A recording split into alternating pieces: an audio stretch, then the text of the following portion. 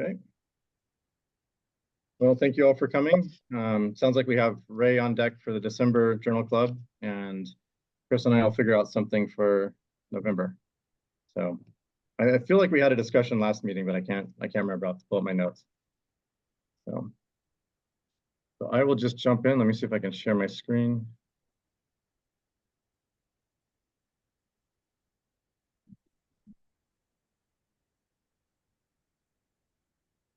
What do you guys see? There we go. I see it. We can see it. Good. Good. Okay. Perfect. Luxury. Oops. What happened there? Wrong button. There we go. Okay. So this paper is Saguaro Wine, Ground Figures and Power Mountains, Investigations at Sears Point, Arizona, by Tom Hoskinson. I think I say that right. And thank you again, Ray, for sending me the book. This is a paper I've been wanting to read for a long time. And I think I was asked to speak on a different paper, but once I saw that this paper was in the book, and I work at Sears Point, so I wanted to do this one. So that was my interest. So those of you who don't know Sears Point, Southern Arizona, it's about 70 miles from Yuma, my hometown. So hence why I go out there. It's a prehistoric and historic archaeological site, and it's on two small volcanic mesas. So this bottom picture here from Google Earth, I don't know if you can see my cursor. Yeah.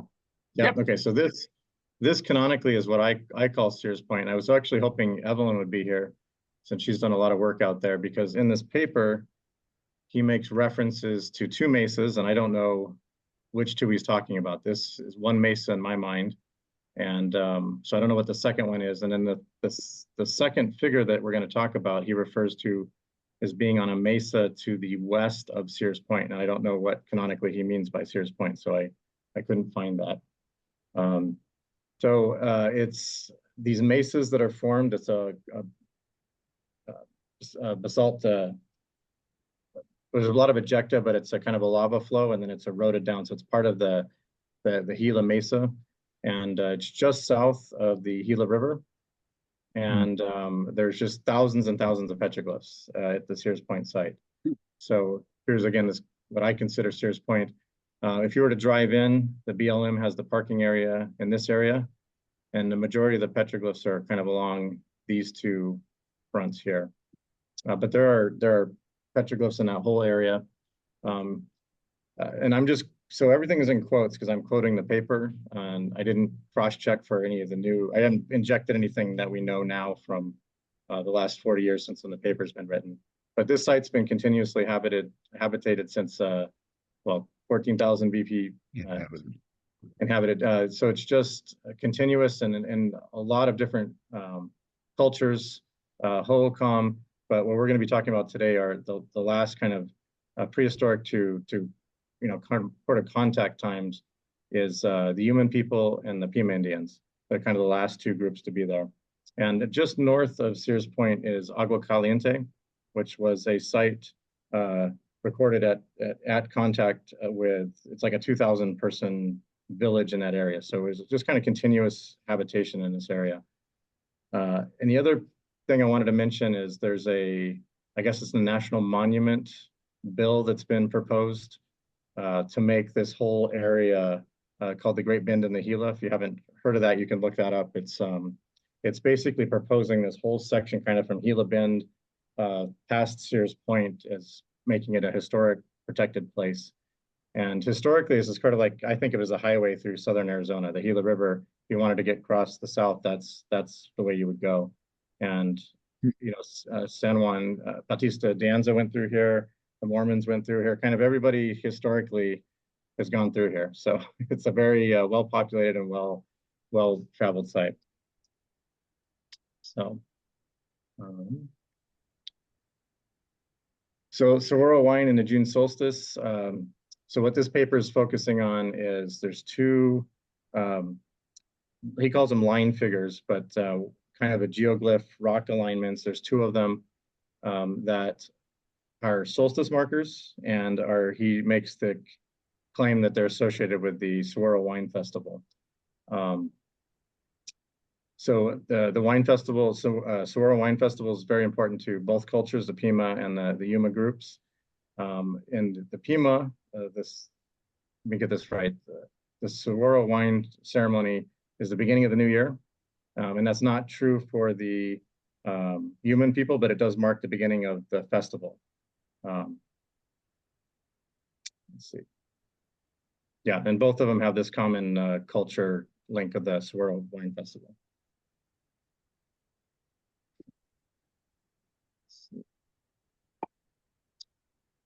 And I think this is kind of the fastest way to bring it in. I'm not going to read it, but in the paper there was this song that's associated with the Saguaro wine ceremony. And again, there's similarities between both cultures where they have similar songs. And I think there were multiple points of, it's been documented in different ways, and kind of this is a sort of a general theme of it. And what Tom did in the paper was sort of bring out, for the astronomical purposes, astronomical bits from the song, just to make the connection between the sky and the song and the Saguaro Wine Festival. So the first is, and I'm not going to pronounce it right, the Makai, M-A-K-A-I houses, and those are associated with the cardinal directions and other important directions. And in the paper, he has a figure of the Hopi basket maze, relating that, but he didn't really go into that, and I'm not an expert on that, but he's just making the point that the different gods live in the different houses and are usually associated with cardinal directions, so east, south, northwest. The prostitutes and running women are Pima metaphor for the Pleiades, and he says the crooked tail going west is a metaphor for the Milky Way. The moon is lost in the rising sun, and we're going to talk about this a bit, but there's mention of the new moon in the song, and then a bluebird, which is associated with the planet Venus. And so he's just sort of calling out these astronomical elements from the song associated with the Saguaro Wine Festival. Yeah, can I comment there, Chris? I thought he could have done a clearer job of citing the connections, or the connections with the sky figures. Some of it sounded like it was more speculation without citing particular ones. It's a combination, frankly, but reading it now, I agree. It was very narrative, and that's why I left most things in quotes. So he says, I believe the crooked tail going west is a metaphor. I don't think he actually referenced anything in there. So there's definitely some conjecture. I think the way I read it was, overall, it's just the Saguaro wine ceremony is important to both cultures. It happens on the June solstice, and it's just, I think he's just trying to make the connection between they're paying attention to the sky during this time. But he didn't actually bring it home, I thought, connecting it to like the solstice marker. He's just pointing out that they're talking about these things during this period. And it's a little bit difficult with the two cultures. I thought that was a little bit, he didn't kind of break it out. He just sort of, I had a hard time separating it, and I'm not an expert on either one. Right. So once he Can I established. ask a quick question, Chris? Yeah. I didn't really get to delve in too much. This song was originally published in 1980. Is it a contemporary song, within the last 40 years, or? Says from Russell, 1980. Do we know if this was recently recorded? That I don't know. Or is this from historical era? So the song comes from the reference, yeah. Yeah, Russell, 1980, and I don't know if where he got it from. Let's see if I can pull that up really quick.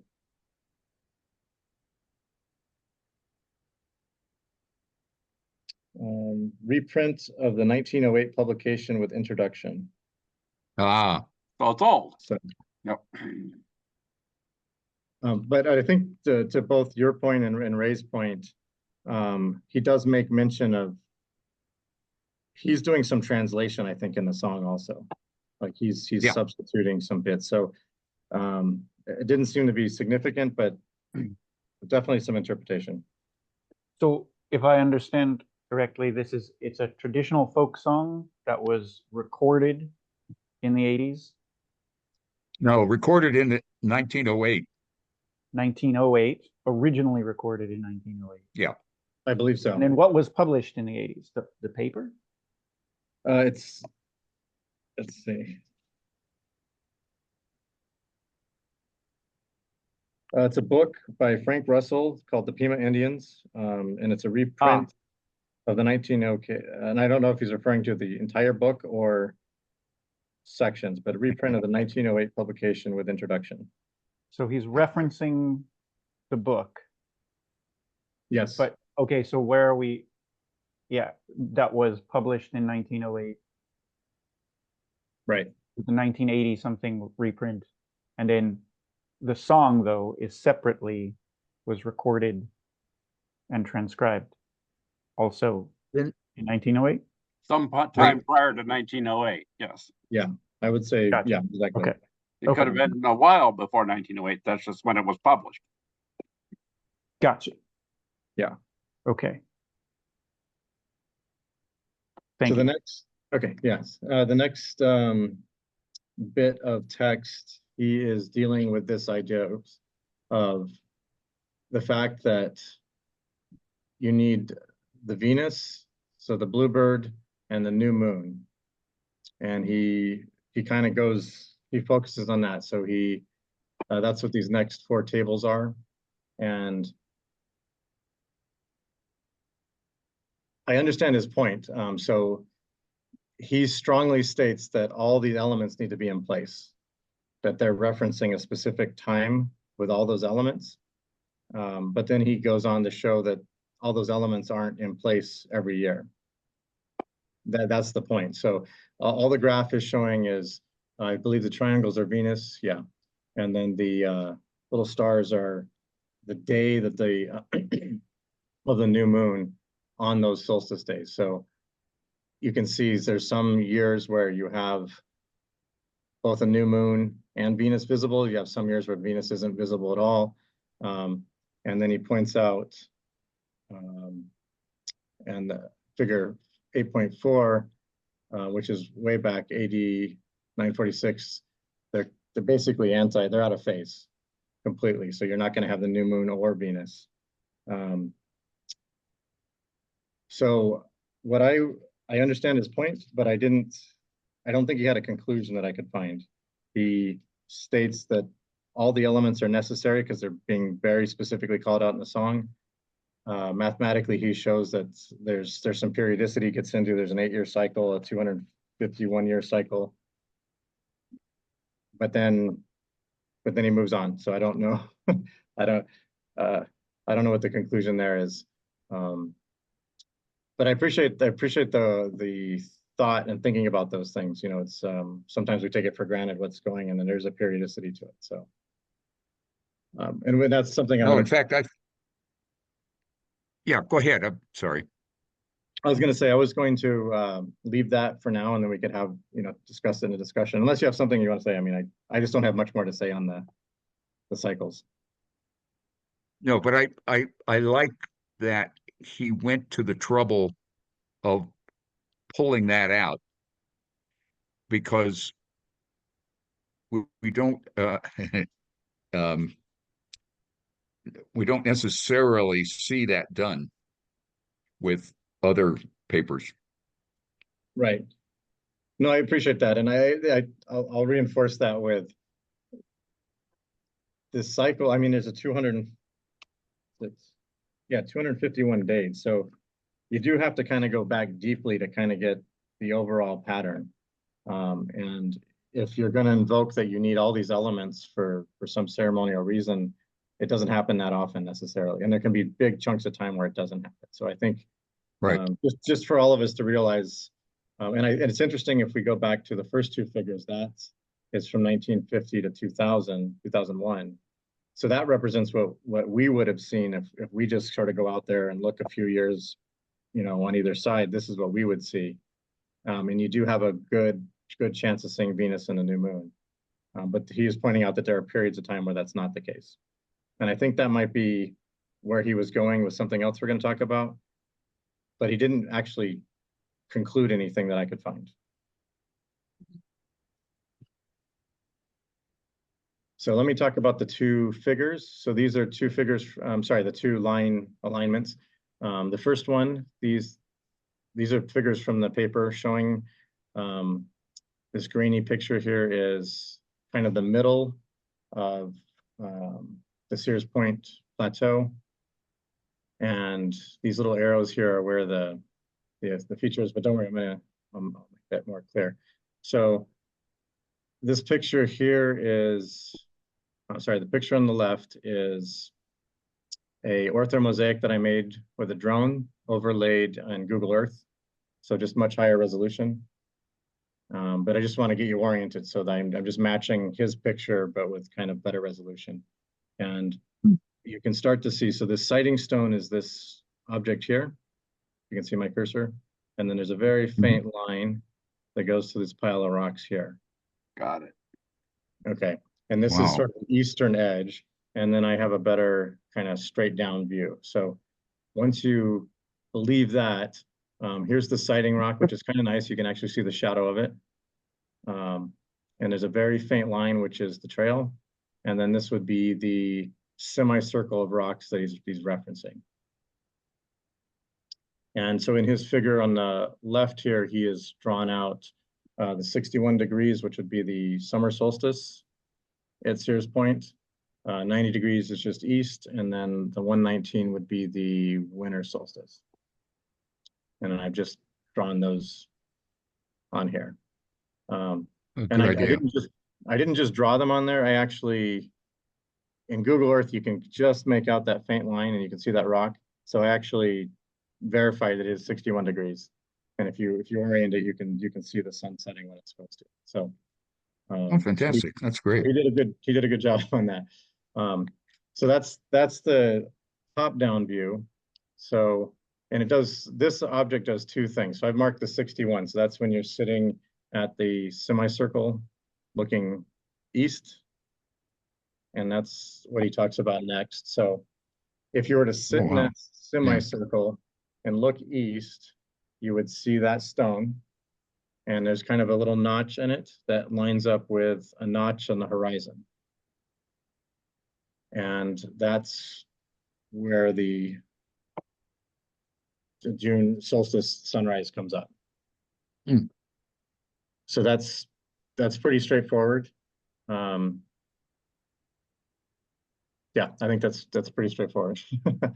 I think in his picture, you can actually see that straight line, unless I'm just imagining it. Yeah, no, it's there. No, it's there. And in the paper, he has another picture kind of off to the side, and you can just to show it. I left it out because it's confusing what you're looking at, but it's there. And that's, like I said, I can clearly see it in my drone footage. And even in Google Earth, if you go back, actually, that's a point I wanted to make. I'm sure everybody's aware, but in Google Earth, there's a time function.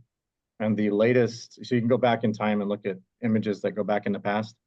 The current view in the Southwest here isn't as good as if you go back like 10 years.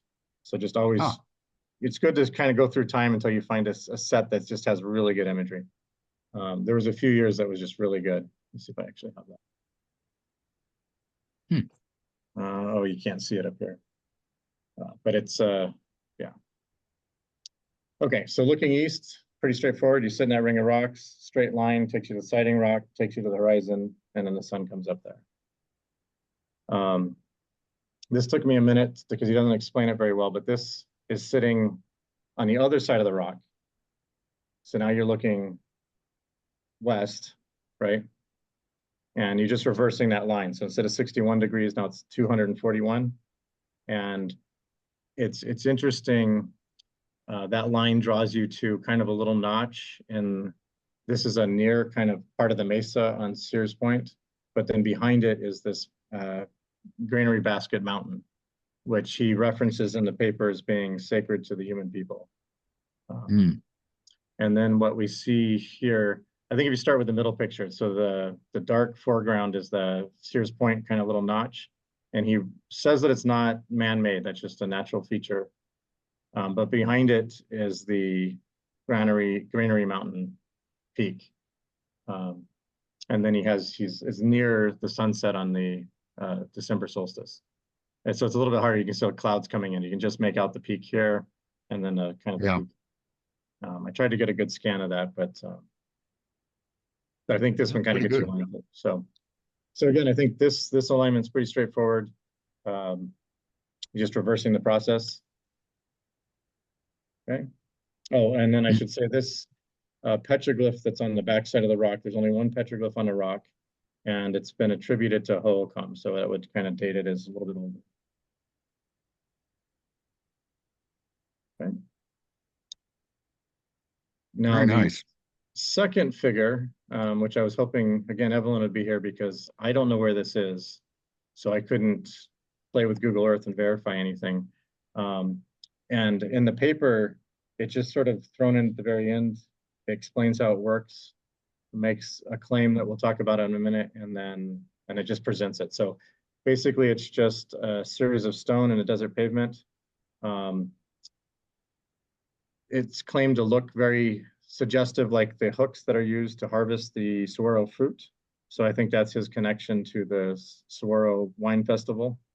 The long shaft of the stick is at 240 degrees, so not quite 241, but it's supposed to line up again on that Granary Basket Mountain. And the 300-degree part points to Palomas Mountains, which I don't think he didn't comment on any significance with that mountain.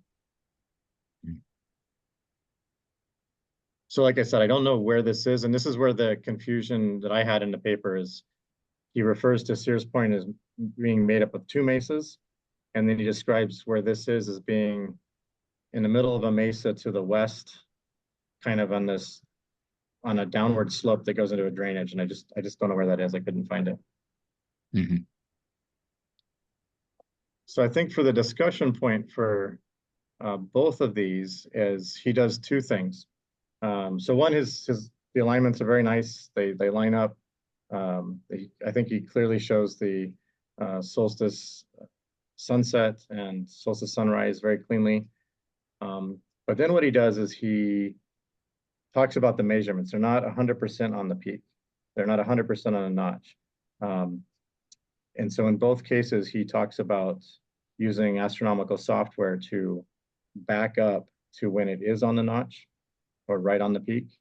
And then he does dating off of that. And so he pushes, I didn't write it down, but he pushes one of the figures back a few thousand years, and I think he pushes this back to 6,000 as a dating. So I thought that would be a good discussion point for us, the difference between orientation and alignment. And then also I wanted to talk about the periodicity between the Venus, the moon, and the summer solstice. Because again, he brings that up, shows that variation, but then doesn't discuss it any further. So I know I went through that pretty quick, but I'll just open it up to questions. Well, one thing I was thinking about, in terms of the periodicity, he didn't seem to be able to find any time where these things all lined up at when the wine festival started. And I'm wondering if that's more of a general, for stories, things like that, because I'd imagine when the wine festival started was dependent on when the fruit actually got ripe and how the different conditions each year. Right. And that ultimately, I think that was my point. He didn't have a conclusion. If he could have worked back to a day and said, this is when the song must have worked, you know, something, this was a period where this worked. Mhm. Or does it That's push why it? I asked that question really at the very beginning, Chris, about when that came from, because obviously there's nobody left to talk about it, or nobody that will talk about it, you know, what this stuff is.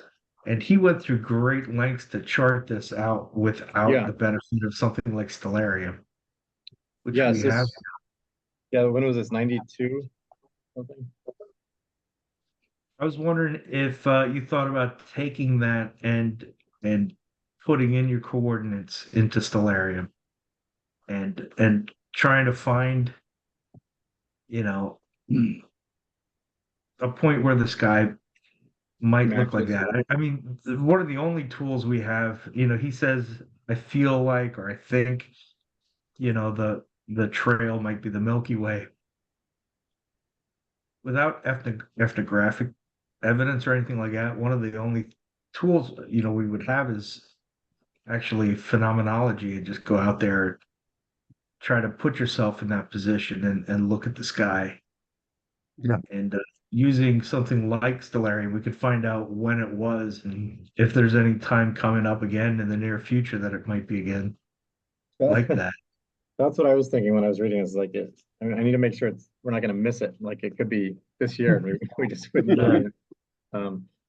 No, I was, this whole time I was thinking this is a perfect. Well, for me, it'd be a perfect project to test out our cultural landscapes program, or that the society's working on, putting together all this documentation. And this is a perfect example. There's a known site. The horizon's obviously important, and then getting it in Stellarium will allow us to actually visualize this.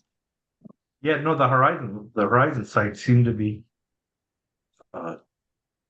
you know, a home run. Very compelling, yeah. Short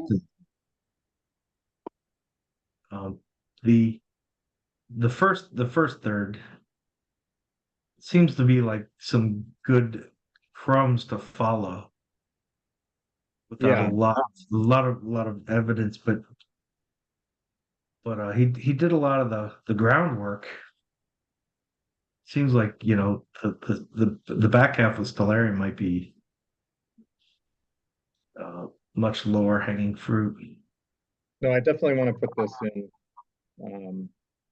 I think it would be very interesting to follow up with the stellarium on that. The thing that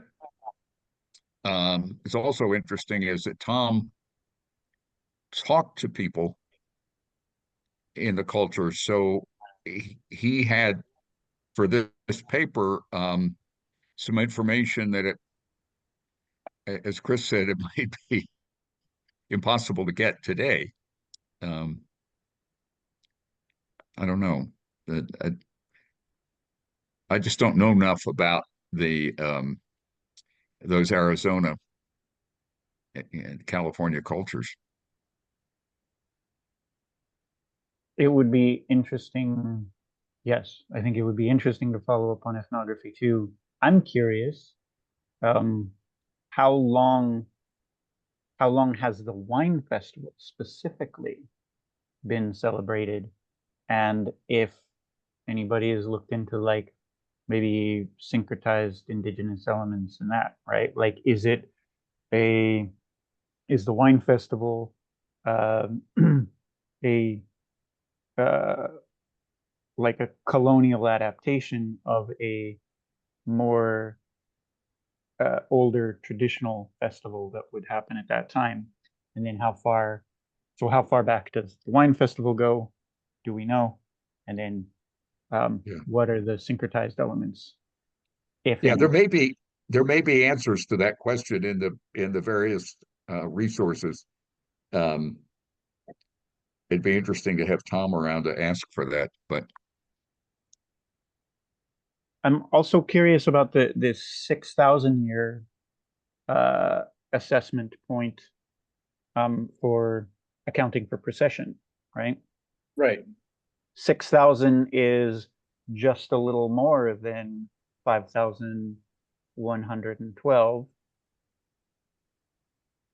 And so that's, you know, ready to loop back on itself again, right? Or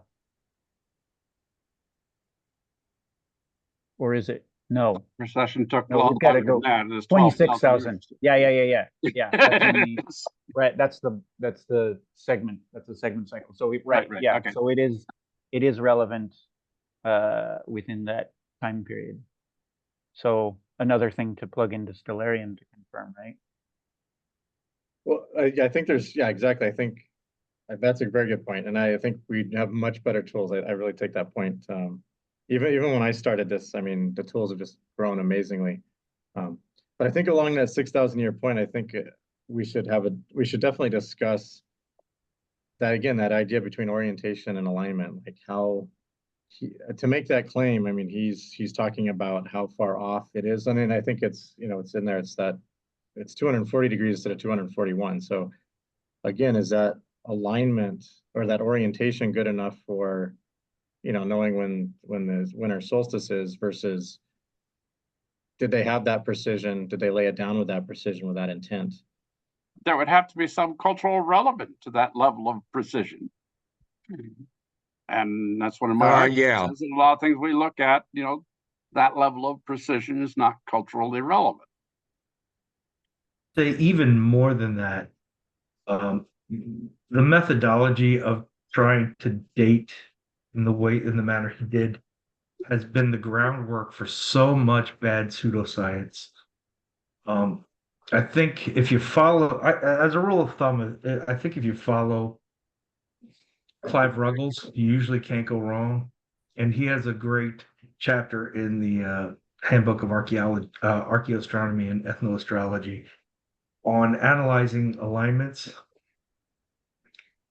And one of the big points is the work that we do should complement archaeology. It shouldn't try to do any, shouldn't, when archaeoastronomy is used to push, fantastic theories like, you might have Graham Chapman doing, with cultures 12,000 years old and Hancock. things like that.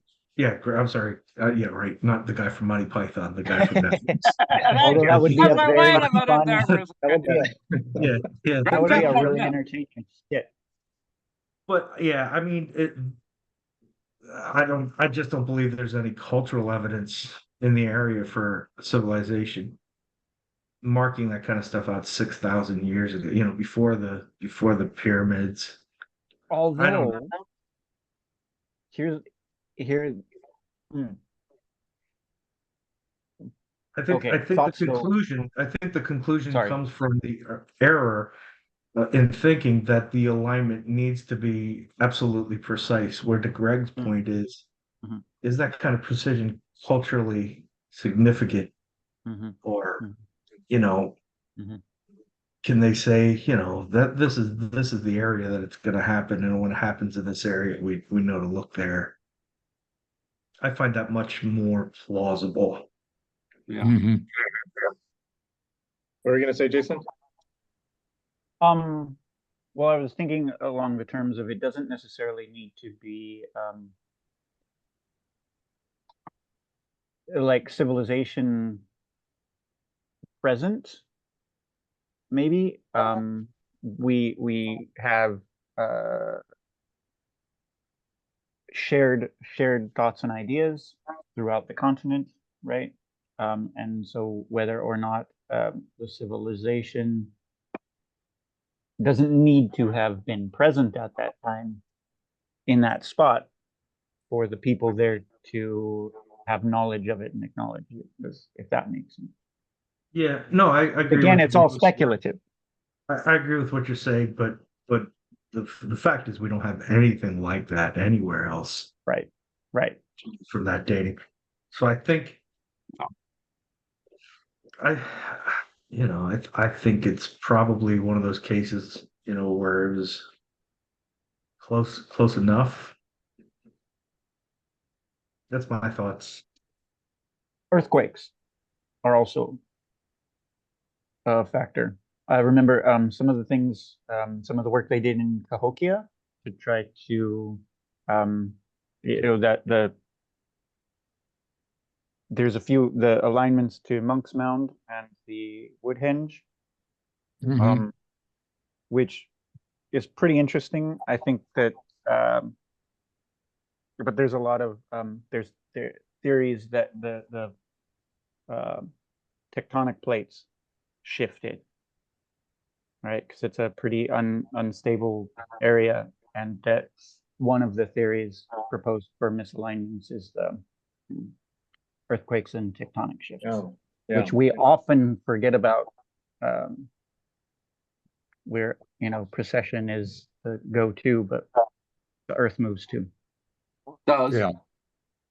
I know one of those cases in point also is there's been a lot of work done at Casa Grande Ruin National Monument, the bag house there, and lining up certain holes with certain things, and one people don't realize the place is actually 30 feet lower in elevation now than it was in 1920. Yeah. Really? 30 feet? From water being sucked out of the ground. Really? Wow. Yeah. I didn't know that. The whole That's landscape is sunk 30, 40 feet. Yeah, I didn't realize that either. Right. Wow. Well, and that's the thing Well, a in lot of that, you got Cahokia, to it's on the account for these Mississippi kinds Valley. of changes over time, stabilization, all these kinds of things Yeah. when you're looking at sites, how they've been impacted over the time. Now, as far as people being around down there 6,000 years ago, I have no problem with that. Oh, I don't either. I don't either. Yeah. And even, but if, they're hunter-gatherers traveling, paleo, traveling across the landscape, there's possibilities they built constructs to tell them when to gather for certain things. Right. They're certainly around there. I've found a paleo point on my land. There were people here 10,000 years ago. So Aren't the New Mexico the fossilized footpath, isn't that 20,000? well, down in New Mexico, I did 23, Yeah. 24,000. Yeah. Yeah. Pushing that one back. Well, yeah, the way they look, they're just pushing human occupation in North America back much farther every day. Yeah, and that's not the point I'm disputing. I'm just disputing the dangers in Oh, yeah. using precession with alignments to It seems very forced. Feels very, Yeah. very forced. Yeah, good point. Well, and I think from my background, if you're going to do that, you have to do the error analysis. You have to put plus or minus on it, right? And I think you'll find that it's already plus or minus, and then you go back 6,000, you're going to have even bigger error bar. So scientifically, you can say it, but we have to give the bounds on it. And then that I rarely ever see. People will just run the clock back and say, well, here's a date where it lines up. But there's No, you're right. one of these measurements that got you there. So Yeah. the only other thing I wanted to say about the paper was it built up the ethnography. It walked through these two sites, or these two alignments, and then that was it. There was no conclusion. There was no. It just sort of ended abruptly. I honestly thought I was missing a page. I went through and checked because it just sort of stopped. Yeah. Yeah. I don't know if you guys. He left it for you. Yeah. Well, and like I said, he presented another paper, I believe, on Sears Point work and I think the 2005 Santa Fe Oxford Crown. So I'm wondering if there's a second half or continuation of this work. So that'd be my next journal club. I'll track that paper down. Let me get a copy of it. Yeah. I have another question that may be mixed. I think I missed something. How are we connecting the song from the wine festival to the site? I think just that they're associated with the solstice. Mm-hmm. I like I said, I feel like it was overall a little bit disconnected. He's establishing that these two cultures were there. They had a wine festival that's very important.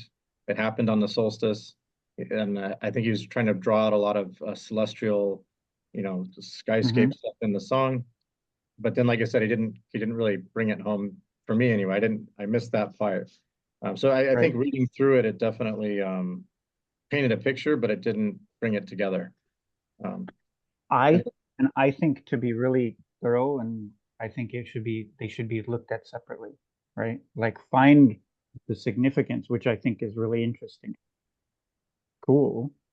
But really break down the significance of the song and trace down like when are those elements present, right? Big picture. I think the point was that those elements should be present at the solstice, right? He has one paragraph where that's what I understood, because that's when they're there, right? They don't live there; they go there at the solstice. And if indeed the song relates to a skyscape, I think that would be the timing. So here's what he says. After he goes through the periodicity of Venus and the moon, it is important to remember that this song describes a specific set of events that occur at a specific rather than a generic June solstice. The presence of both Bluebird/Venus and the moon in the eastern sky at June solstice sunrise clearly indicates this. So again, he makes that statement that we're talking about a very specific time, but then he didn't expand on that. So I don't know what we're supposed to take from that. And like to Jason's point, it doesn't then connect it to these solstice alignments. It's just sort of so it's almost like he's going a different path there. And he didn't quite finish the thought. And that's why I'm curious if his future work expands on that. Right. When did you think there was another article about Sears Point? I wish I had the reference in front of me. I was trying to look. I was looking up the author, and in the 90% sure, I think it's Oxford 5. It was at Santa Fe. St. John's and Oxford 5. I have Oxford. Oh, got it. I have Oxford 7. 1996. Yeah. I grabbed Oxford 7, so I'll look for that one. 1996. Yeah, was Oxford 5. Yeah. And then I can send you the reference. I'm bad on the numbers, but I'm pretty sure it was Santa Fe. There was a whole section, Southwest Pacific, and he had one of the papers, and it was definitely Sears Point. Yeah. So.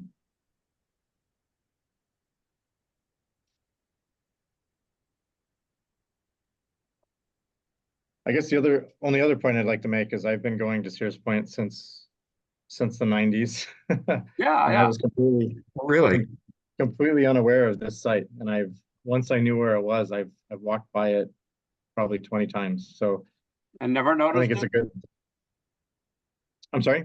I never knew anything about it. Never noticed it, or. I never noticed it. It's just the way it is. It's off. You know, there's that main trail that you follow, and it's just off to the side. It's kind of a lone rock. So I think it's a good reminder that we always need to be looking around and keeping our minds open, and because usually it's a hard site to get to. So when I'm there, I'm kind of on task. I have a predisposed idea of the things I need to accomplish, and sometimes you need to stop and just look around. Yeah, and it's also kudos toward looking at the legacy information when you're going into a site, doing studies. Look to see what has been done in the area before. Yep. I ask you a quick question, Chris. Bluebird, does he uses that as in plural though, right? Bluebirds? In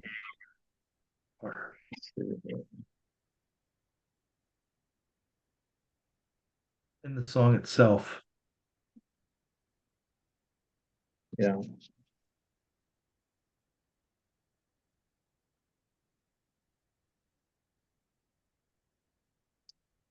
In the song, it's like the woman bluebird came running, so it's singular. Women are the Pleiades, the bluebird is with high probability the planet Venus. And again, he's Russell. And then there's a long paragraph talking about the plumage of bluebirds at different regions, and I mean I left that part out, but it seemed conjecture to me. And that's why I was wondering, is his association of Bluebird with Venus, is that based on the ethnography, or? He's citing again Russell 1980. And then looks like 1, 2. And then also Eyre. So he's got several citations, and there's 4 citations in Russell. So maybe we should do Russell for the journal club.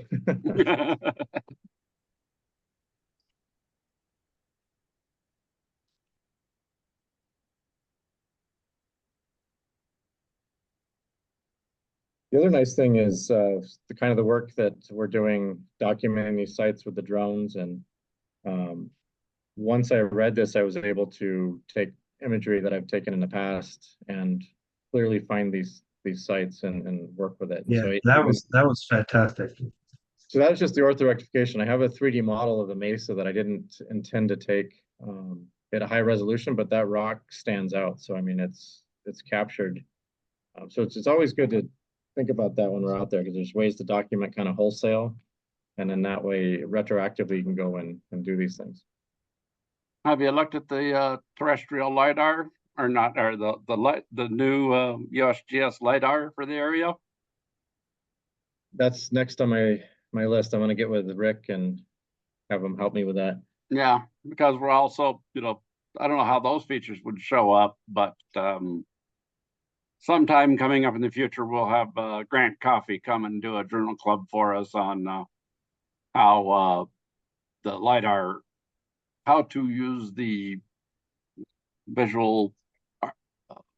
visualization tool for the LiDAR to pull up those kinds of features and what we're doing too.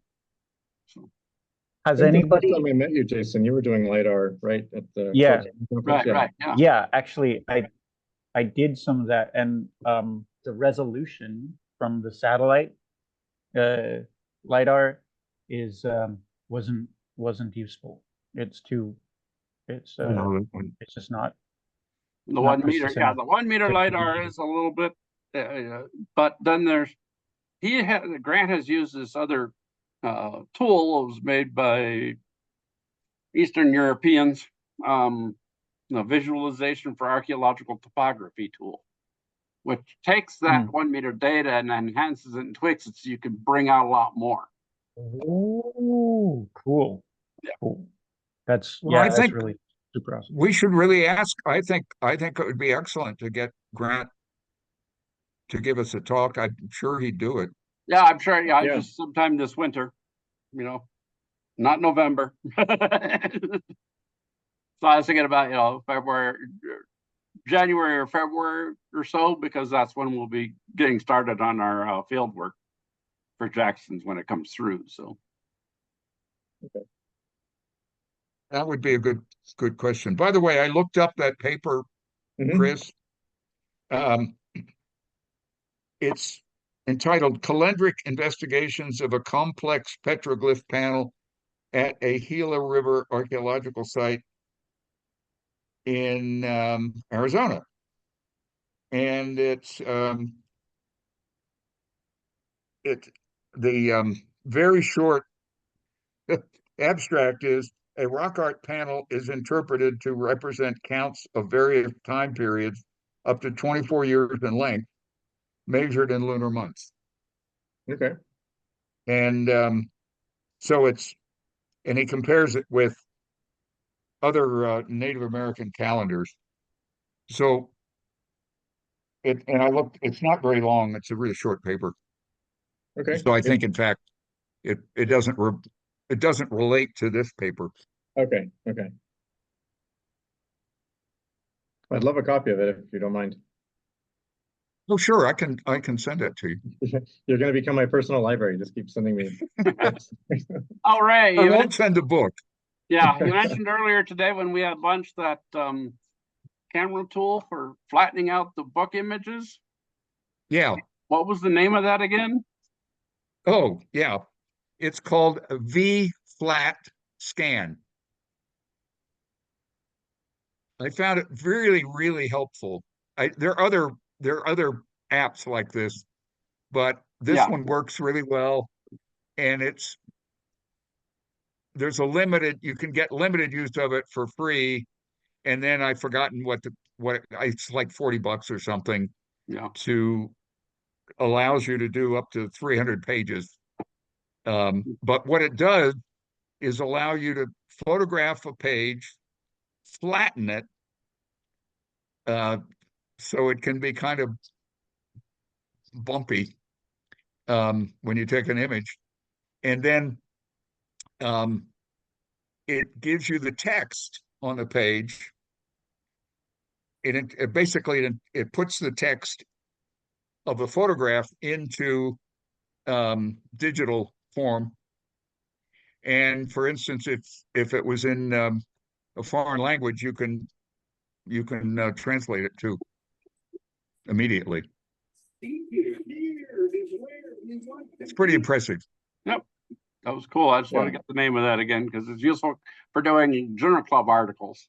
So we're getting these out of books, rather than having them already digitized. And so sometimes the images get kind of warped up. But okay. Yeah. Okay. Well, that's all I have. If any other questions? Cool. That was great, Chris. Thank you. Well, good. I think I'm glad you chose this one because I think as we discovered, it raises some issues that we need to think about. Yeah.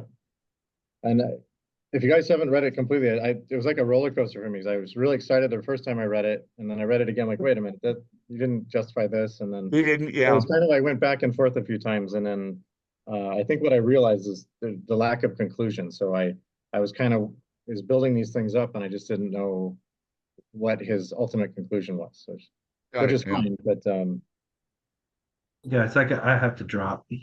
I will talk to you guys next month. all right. Yep. We're done anyway, so take it easy. Okay, I got to run too. So thank you very much. Thanks, Chris. all. Thank you. And Chris, if you want, I'll do that. I'll do the paper in November. My paper. Your paper? Okay, let's do that. Yeah. That'll so November. Yeah, that'll because I like to get it out a little bit sooner. We're just And what I'll try to do, I will talk about some of the archaeological sites that I actually visited in Peru, but I'll also try to send along. So I'll show some pictures and discuss them, but and it won't be anything about Machu Picchu. By the way, there's so much there Or Nazca? that is so much more interesting than Machu Picchu. Yes. There's so much more there. Yes. It's incredible. It really is incredible. And but I'll also send along some papers that I found that might be of interest as well. No, that'd be perfect. Yeah. That'd be All great. right. Hey, All right. Lizzie, thanks for coming. This is great. Thank you. See you Do all. we have a Okay, date for the next one? Jason. I'm sorry? Jordan? Yeah, Do we have yeah, a see y'all date? later. I'm sorry, I've been feeling bad here lately, so I'm just kind of hanging in there. Yeah, thank you guys. Thank you. Sorry, Jason, what were you saying? Do we have a date for the next meeting?